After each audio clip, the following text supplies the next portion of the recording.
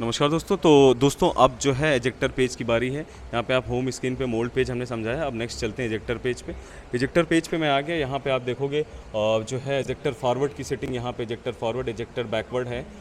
Ejector forward में यहाँ पे आप स्टेजेस देख रहे हो, अलग अलग स्टेज आप सेट कर सकते हो कि 2 स्टेज में आपका एजेक्टर आए, कि 3 में आए, कि एक ही बार में आ जाए।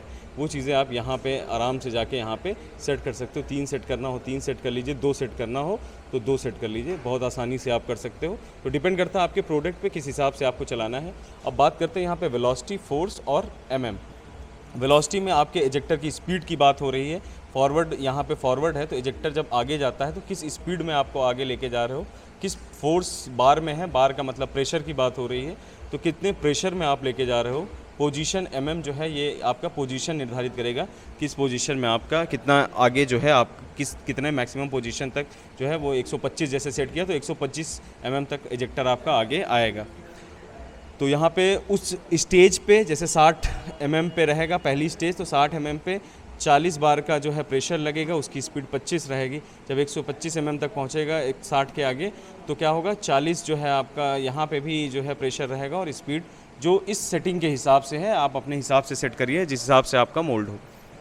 अब एजेक्टर बैकवर्ड सेम चीज़, यहाँ पे भी, यहाँ देखिए नंबर ऑफ़ स्टेजेस दिया जाएगा, वेलोसिटी, फोर्स और ये सारी चीज़ें वैसे ही एजेक्टर पीछे ले जाने के लिए, बैक कराने के लिए आप इसका इस्तेमाल करोगे। अब यहाँ पे आइए, कुछ अच्छी सेटिंग्स हैं एजेक्टर सेटिंग। यहाँ पे देखेंगे अलग अलग मोड दिया गया, एजेक्टर मोड। आपको पता होगा कि एजेक्टर जो है कई मोड्स में चलता है। तो जैसे यहाँ पे देखिए, यहाँ पे हम जैसे 1 सेट करते हैं, इस मशीन के हिसाब से 1 सेट करके इंटर बटन दबाओगे आप तो होल्ड हो गया। अब होल्ड में क्या होगा कि एजेक्टर आपका आगे आके रुकेगा, होल्ड करेगा। ये डिपेंड करता है किस हिसाब से आपका प्रोडक्ट है, होल्ड करवाना है कि नहीं करवाना है। जैसे यहाँ पे 2 सेट था, 2 में क्या है, कंटिन्यूअस एजेक्टर जो है आपका आगे आएगा और आगे आके तुरंत वो पीछे चला जाएगा। यहाँ पे आपका काउंटर है, आप यहाँ पे सेट कर सकते हो कितने नंबर ऑफ़ टाइम्स जो है इसको कराना चाहते हो, ये चीज़ें आपकी यहाँ पे सेट होंगी। तीसरा सबसे इम्पॉर्टेंट चीज़ जो है शेक, यहाँ पे शेक लिखा है, किसी किसी मशीन में वाइब्रेशन लिखा होगा, किसी किसी मशीन में जो है आपका एजेक्टर मल्टी स्ट्रोक लिखा होगा। तो ये जब मल्टी स्ट्रोक का काम कराना होता है तो हम इसको शेक पे एक्टिव कर देते हैं। कुछ ऐसे प्रोडक्ट होते हैं जहाँ पे हल्का हल्का पुश करके हमको निकालना होता है, तो वहाँ पे जो है हम शेकिंग ऑप्शन का इस्तेमाल करते हैं। चलिए 2 पे वापस सेट कर देता हूँ मैं मशीन के हिसाब से।